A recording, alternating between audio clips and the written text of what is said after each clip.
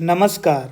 आज के वीडियो में मैं आपको ऑर्गेनाइजिंग की इम्पोर्टेंस के बारे में कुछ चीज़ें बताऊंगा कि ऑर्गेनाइजिंग करना यानी कि बिजनेस के अंदर व्यवस्था बिठाना क्यों ज़रूरी है। ऑर्गेनाइजिंग आखिर आपके लिए इतनी हेल्पफुल क्यों है, चलिए समझते हैं। देखिए, जो सबसे पहली बात है कि ऑर्गेनाइजिंग क्यों ज़रूरी है, वो इसलिए ज़रूरी है क्योंकि ऑर्गेनाइजिंग करने से हर व्यक्ति स्पेशलिस्ट बन जाता है अपने काम में। क्योंकि आपकी ऑर्गेनाइजेशन में हर एक को उसका काम बता दिया गया है, तो धीरे धीरे जब वो काम रिपीटेडली होता है, तो जो व्यक्ति उस काम को रिपीटेडली कर रहा होता है वो उस काम में एक्सपर्ट बन जाता है।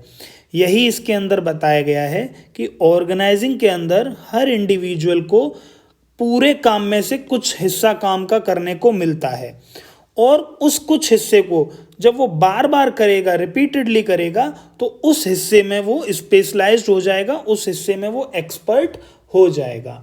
मान लीजिए आपकी ऑर्गेनाइजेशन जो है वो एक फर्नीचर की ऑर्गेनाइजेशन है, तो लकड़ी काटने वाला अगर बार बार लकड़ी काट रहा है, एक फर्नीचर वाला जिसमें पॉलिश करने का काम है वो पॉलिश कर रहा है, एक चोबे कील वगैरह लगा रहा है, हर किसी का काम अगर अच्छे से बटा हुआ है तो हर व्यक्ति अपने अपने काम में धीरे धीरे एक्सपर्ट होता चला जाएगा। इसीलिए बोला भी जाता है कि एक्सपर्ट अगर बनना है तो आपको काम को लगातार करना होगा। ठीक है, एक और एग्जांपल ले लेते हैं कि मान लेते हैं आपके घर में मकान बन रहा है, तो भाई आप वो मकान जो है वो आप खुद तो बनाएंगे नहीं, लेबर को या मिस्त्री को काम देंगे उस काम को करने के लिए, क्योंकि जिसका काम उसी को साजे। आप ईंटें चिनने खुद थोड़ी बैठ जाओगे, क्योंकि वो आपका काम नहीं है। उस काम को किसी एक्सपर्ट ने कई सालों तक किया है, तो वो काम एक मिस्त्री अच्छा कर सकता है, आप अच्छा नहीं कर सकते अनलेस आप मिस्त्री हो। तो आशा करता हूं कि ये बेनिफिट्स इन स्पेशलाइजेशन आप समझ गए होंगे। हमारा अगला जो इम्पोर्टेंस है वो है क्लैरिटी इन वर्किंग रिलेशनशिप, यानी कि काम करते हुए हर व्यक्ति को मालूम है कि उसे किसे रिपोर्ट करना है। हु रिपोर्ट्स टू हुम का जो रिलेशन है वो क्लियरली डिफाइन कर दिया गया था ऑर्गेनाइजिंग के चौथे स्टेप में, जो कि था स्टेबलाइजिंग रिपोर्टिंग रिलेशनशिप। उसमें ये भी बता दिया गया था कि किस व्यक्ति की कितनी पावर है, यानी कि अथॉरिटी किस व्यक्ति के पास कितनी है, किससे वो ऑर्डर जो है वो लेगा, किससे ऑर्डर वो देगा, कौन सुपीरियर है ना, कौन सबॉर्डिनेट है। ये सारी चीज़ें जो हैं वो आपकी रिपोर्टिंग रिलेशनशिप में तैयार हो जाती हैं। तो ये जब सारी चीज़ें तैयार हो जाती हैं तो हर व्यक्ति के दिमाग में क्लैरिटी रहती ही है। तो इसमें यही बताया गया है कि ऑर्गेनाइजिंग फंक्शन के अंदर ये चीज़ क्लियरली डिफाइन होती है कि किसके पास कितनी पावर है, किसके पास कितनी अथॉरिटी है। एक ही बात है, कौन इंडिविजुअल उन अथॉरिटीज़ का कैसे यूज़ करेगा। हर व्यक्ति को मालूम है, मैनेजर को भी इवन मालूम है कि उसे किससे ऑर्डर लेना है और किसे ऑर्डर देना है। whom he can give order and from whom he has to receive the order। और जब ये चीज़ तय हो जाती है कि आपके पास अथॉरिटी यानी कि पावर ज़्यादा है, किसी के पास कम है, तो वहीं से एक चीज़ निकल के आती है कौन सुपीरियर है और कौन सबॉर्डिनेट है। तो सबॉर्डिनेट और सुपीरियर का भी रिलेशनशिप क्लियरली डिफाइन हो जाता है, तो ऑर्गेनाइजेशन के अंदर कोई गड़बड़ नहीं रहती।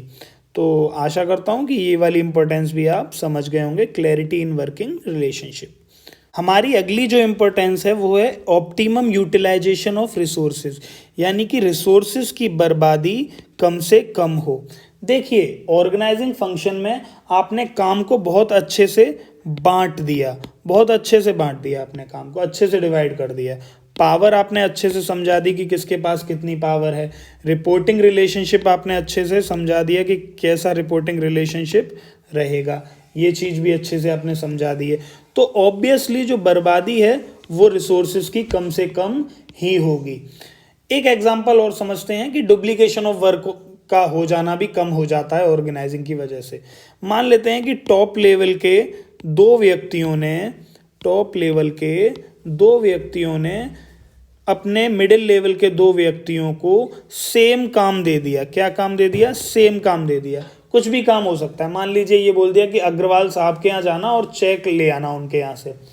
तो अब वो दोनों लोग जो हैं अलग अलग बॉसेस से ऑर्डर लेने के बाद वो अग्रवाल साहब के पास जाएंगे तो एक व्यक्ति का काम जो है वो फालतू का रहा, यानी कि समय की जो है वो बर्बादी बहुत हो गई और उस व्यक्ति को उस दिन की तनख्वाह जो है आपको फालतू में देनी पड़ गई। यानी कि यहाँ पर डुप्लीकेशन ऑफ वर्क जो है वो नज़र आ रहा है, तो उस चीज़ को भी ऑर्गेनाइजिंग में ख़त्म करने की कोशिश की जाती है।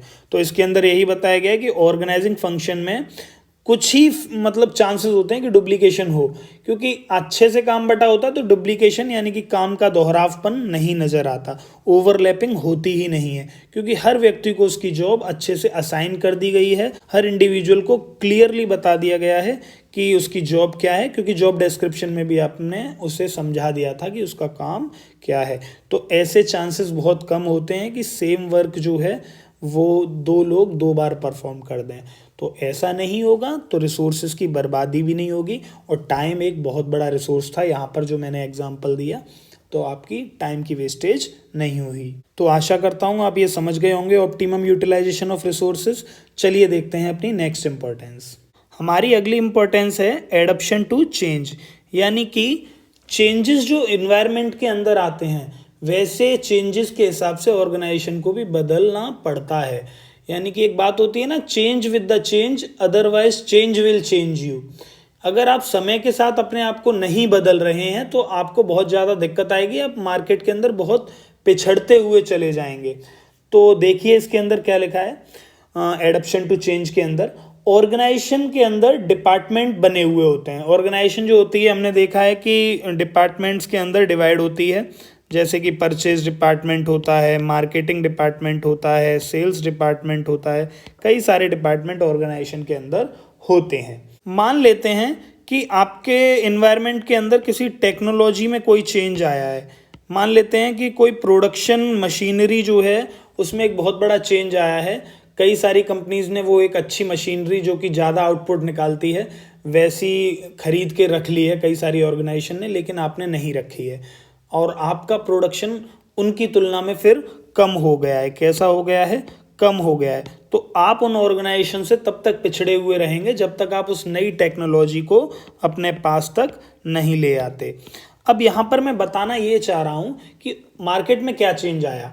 टेक्नोलॉजी के अंदर चेंज आया। टेक्नोलॉजी किससे संबंधित थी? मशीन से संबंधित, यानी कि प्रोडक्शन डिपार्टमेंट से संबंधित थी।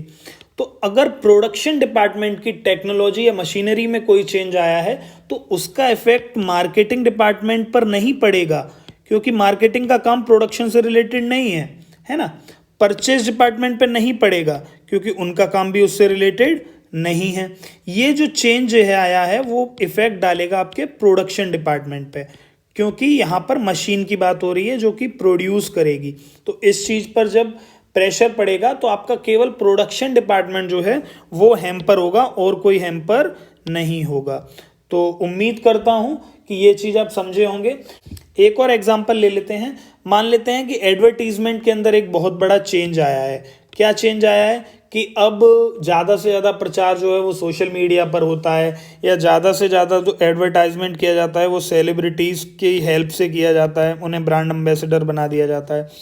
तो यहाँ पर जो एडवर्टीजमेंट से रिलेटेड चीज़ें हैं वो केवल मार्केटिंग डिपार्टमेंट को इफेक्ट करेंगी, ना कि परचेज डिपार्टमेंट को और प्रोडक्शन डिपार्टमेंट को। तो हम यहाँ पर देख सकते हैं कि ऑर्गेनाइजेशन स्ट्रक्चर जो होता है उसमें केवल वो डिपार्टमेंट जो है उस दिक्कत में आता है जिसके अंदर कोई ना कोई चेंजेस आ रहे हैं। तो आशा करता हूँ आप ये चीज़ समझ गए होंगे। चलिए इसके अंदर देखते हैं क्या लिखा है। कभी भी कोई चेंज ऑर्गेनाइजेशन के अंदर आता है या बिजनेस इन्वायरमेंट के अंदर आता है तो ऑर्गेनाइजिंग फंक्शन आपको इतनी सहूलियत दे देती है कि उस चेंज को आप इजीली एडप्ट कर सकें, क्योंकि केवल वही डिपार्टमेंट इन्फ्लुएंस होता है या इम्पैक्ट होता है जिस डिपार्टमेंट से रिलेटेड चेंज आया है, और आपने डिपार्टमेंट तो ऑलरेडी तैयार कर ही दिए थे अलग अलग। यही इसमें बताया गया है। With this changes can be adapted only in that area which may be affected by these changes. केवल उसी एरिया में आपको चेंजेस लाने पड़ते हैं जिस एरिया में आपका इम्पैक्ट पड़ा है। ठीक है। तो यहाँ पर लास्ट में अल्टीमेटली ये कहा जा सकता है कि ऑर्गेनाइजेशन स्ट्रक्चर इस तरीके का होता है जो कि आसानी से जितने भी चेंजेस होते हैं उन्हें इजीली मॉडिफाई कर सकते हैं हम। जैसे चेंजेस वैसे अपने आप को मॉडिफाई हम कर सकते हैं। तो इसीलिए कहा जाता है कि एडप्शन टू चेंज जो है वो ऑर्गेनाइजिंग में काफ़ी आसान होता है, क्योंकि आपकी ऑर्गेनाइजेशन में कई सारे डिपार्टमेंट बने होते हैं और डिपार्टमेंट के हिसाब से जिस डिपार्टमेंट के एनवायरनमेंट पे फ़र्क आया है केवल उस डिपार्टमेंट में बदलाव लाने की ज़रूरत पड़ती है। तो उम्मीद करता हूँ ये आप एडप्शन टू चेंज समझ गए होंगे। चलिए देखते हैं हम अपनी नेक्स्ट इंपॉर्टेंस। हमारी अगली इंपॉर्टेंस है इफेक्टिव एडमिनिस्ट्रेशन। देखिए इसको समझते हैं। जब डिपार्टमेंट बने होते हैं ऑर्गेनाइजेशन के अंदर तो काम जो है बहुत अच्छे से हो जाता है, क्योंकि काम जो होता है वो बटा होता है, तो गड़बड़ झोल होने की संभावना जो है वो काफ़ी कम हो जाती है। आपका इंस्पेक्शन करना जो है वो काफ़ी आसान हो जाता है। आप अच्छे से देख सकते हो कि कौन से डिपार्टमेंट में क्या हो रहा है। चेंजेस जो हैं वो इजीली एडप्ट हो जाते हैं। जो चेंजेस जिस डिपार्टमेंट में आ रहे हैं केवल आप उसी डिपार्टमेंट में चेंज कर दीजिए, आपका काम आसानी से चलता रहेगा। क्लैरिटी होती है ऑर्गेनाइजिंग की वजह से। किस चीज़ में? रिलेशनशिप में। कौन किसे रिपोर्ट करेगा, हु रिपोर्ट्स टू होम, ये चीज़ अच्छे से क्लियरली डिफाइन होती है। तो जब ये सारी चीज़ें अच्छे से हो रही होती हैं तो आपका एडमिनिस्ट्रेशन जो है वो काफ़ी अच्छा दिखाई देता है, इफेक्टिव दिखाई देता है। ओवरऑल एडमिनिस्ट्रेशन इंप्रूव होता है। तो इसमें यही बताया गया है कि ऑर्गेनाइजिंग फंक्शन में सिमिलर और रिलेटेड तरीके की जॉब्स जो हैं उन्हें एक डिपार्टमेंट दे दिया जाता है ना। डिपार्टमेंट अलग अलग बना दिए जाते हैं, जिससे क्या होता है काम करने में सिमिलैरिटी बनी रहती है। एक डिपार्टमेंट के काम एक जैसा काम कर रहे हैं, दूसरे डिपार्टमेंट के अपने तरीके के काम को कर रहे हैं, तो यूनिफिकेशन ऑफ एफर्ट रहता है और हार्मनी बनी रहती है और क्लैरिटी भी होती है रिलेशनशिप में। कौन सबॉर्डिनेट है, कौन सुपीरियर है, कौन किससे ऑर्डर लेगा, कौन किससे ऑर्डर देगा। ओवरऑल इससे क्या होता है, आपकी एडमिनिस्ट्रेटिव एफिशिएंसी जो है वो इम्प्रूव हो जाती है। तो उम्मीद करता हूँ ये पांचवी इंपॉर्टेंस भी हम समझ गए होंगे। चलिए देखते हैं अपनी नेक्स्ट इंपॉर्टेंस। हमारी अगली इंपॉर्टेंस है एक्सपेंशन इन ग्रोथ। यानी कि जब ऑर्गेनाइजिंग फंक्शन अच्छे से परफॉर्म होता है तो आपका जो विकास है यानी कि आपकी जो ग्रोथ है वो दिन दुगनी और रात चौगुनी तरीके से होती है। क्यों होती है? जब आप ऑर्गेनाइजिंग फंक्शन कर रहे होते हैं तो अच्छे से डिपार्टमेंट बनाने के बाद, लोगों को अच्छे से उनके रोल बता देने के बाद जो वेस्टेज है वो बिल्कुल होती नहीं है। ऑप्टिमम यूटिलाइजेशन ऑफ रिसोर्सेज होता है। तो इसके बहुत सारे फायदे हैं ऑप्टिमम यूटिलाइजेशन ऑफ रिसोर्सेज के। उदाहरण के तौर पे कॉस्ट कटिंग, यानी कि आपका जो लागत है वो बहुत कम से कम आने लगेगी। चलिए इसी लागत से आगे बढ़ते हुए एग्जांपल को समझते हैं। लागत कम आएगी तो आपका प्रॉफिट जो है ज़्यादा से ज़्यादा हो जाएगा, प्रॉफिट भी बढ़ जाएगा काफ़ी। फॉर एग्जाम्पल, दूसरी कंपनी अगर कोल्ड ड्रिंक 10 रुपये में बनाती है, कितने रुपए में बनाती है? 10 रुपये में बनाती है। अगर आपने अच्छे से ऑप्टिमम यूटिलाइजेशन करते हुए अपनी ऑर्गेनाइजेशन की कोल्ड ड्रिंक को 50 पैसे भी कम कर दिया हर कोल्ड ड्रिंक पे, तो आपका प्रॉफिट जो है बहुत बड़ा दिखने लगेगा और मार्केट में धीरे धीरे आप मार्केट को लीड करने लगोगे। मार्केट के आप राजा बन जाओगे। क्या बन जाओगे? राजा बन जाओगे। आप प्रॉफिट अच्छे से कमाओगे, मार्केट को लीड करोगे। तो यहाँ पर हम कह सकते हैं आपका विकास बहुत होगा, आपकी ग्रोथ जो है वो काफ़ी ज़्यादा दिखेगी। तो इसमें यही बताया गया है कि ऑप्टिमम यूटिलाइजेशन ऑफ रिसोर्सेज के बाद, प्रॉपर तरीके से काम को बांटने के बाद, अच्छे से डिपार्टमेंट बनाने के बाद कंपनी जितने भी चैलेंजेस होते हैं, चुनौतियां होती हैं, उन्हें ईजिली देख सकती है, उन्हें आसानी से पूरा कर सकती है। उन्हें चैलेंजेस अच्छे से फुलफिल हो जाते हैं उनके। अपनी एक्टिविटीज़ उनकी जो हैं वो धीरे धीरे एक्सपेंड होती रहेंगी, क्योंकि आपका प्रॉफिट जो है वो भी धीरे धीरे बढ़ता जा रहा है, क्योंकि रिसोर्सेज की आप बर्बादी नहीं कर रहे थे और बहुत अच्छे से आपकी ग्रोथ होती चली जाती है। आप एक कंपनीज की कई सारी ब्रांचेस खोलते हैं, कई सारी दूसरी कंपनीज भी खड़ी कर लेते हैं। तो इस चीज़ को आशा करता हूँ कि आप समझ गए होंगे। चलिए देखते हैं हम अपनी नेक्स्ट इंपॉर्टेंस। हमारी अगली इंपॉर्टेंस है डेवलपमेंट ऑफ पर्सोनल। पर्सोनल का मतलब है यहाँ पे कर्मचारी से, एम्प्लॉय से। एम्प्लॉय का डेवलपमेंट होना यानी कि एम्प्लॉय का विकास होना। देखिए आपकी ऑर्गेनाइजेशन के अगर अंदर डिवीज़न ऑफ वर्क बहुत अच्छे से हुआ है, काम को बहुत अच्छे से बांटा गया है, तो होगा क्या, आपकी कंपनी जो है बहुत अच्छे से ग्रो करेगी। अच्छे से ग्रो करेगी, एडमिनिस्ट्रेशन अच्छा होगा।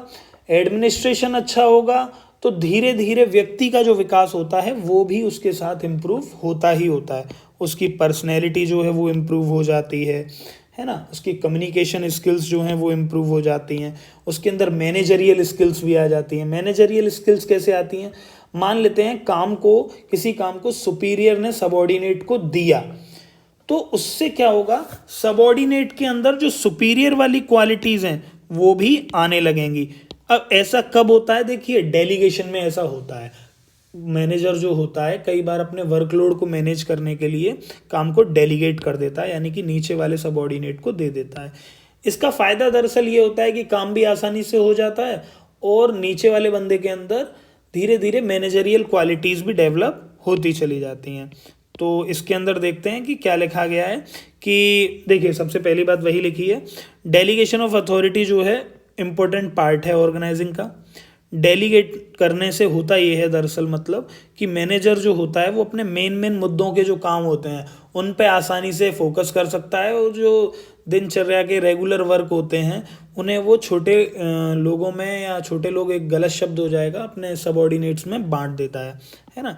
और इससे क्या होगा, जो नीचे के लोग हैं यानी कि आपके सबऑर्डिनेट हैं वो अच्छे से क्रिएटिव माइंड लगा सकते हैं, अपना इनोवेट कर सकते हैं चीज़ों को, टेक्नोलॉजी में धीरे धीरे कुछ ना कुछ इनपुट दे सकते हैं अपना। और अल्टीमेटली फ़ायदा ये होता है कि ऑर्गेनाइजेशन के सभी लोग अच्छा करते हैं तो ऑर्गेनाइजेशन ग्रो करती है, क्योंकि आपके हर व्यक्ति के अंदर वो क्वालिटीज़ पास ऑन की जा रही हैं जो कि एक सुपीरियर के अंदर हैं। डेलीगेशन से केवल वर्कलोड ही मैनेज नहीं होता, बल्कि किसी भी व्यक्ति के अच्छे पोटेंशियल को निखारा जा सकता है, पोटेंशियल की पहचान की जा सकती है और उसे क्रिएटिव बनाया जा सकता है। तो यहाँ पर हमारे इम्पोर्टेंस फिनिश होते हैं। उम्मीद करता हूँ ये आपको इम्पोर्टेंस अच्छे से समझ में आई होगी। चलिए मिलते हैं नेक्स्ट वीडियो में। आपने मुझे इतना समय दिया, थैंक यू वेरी मच।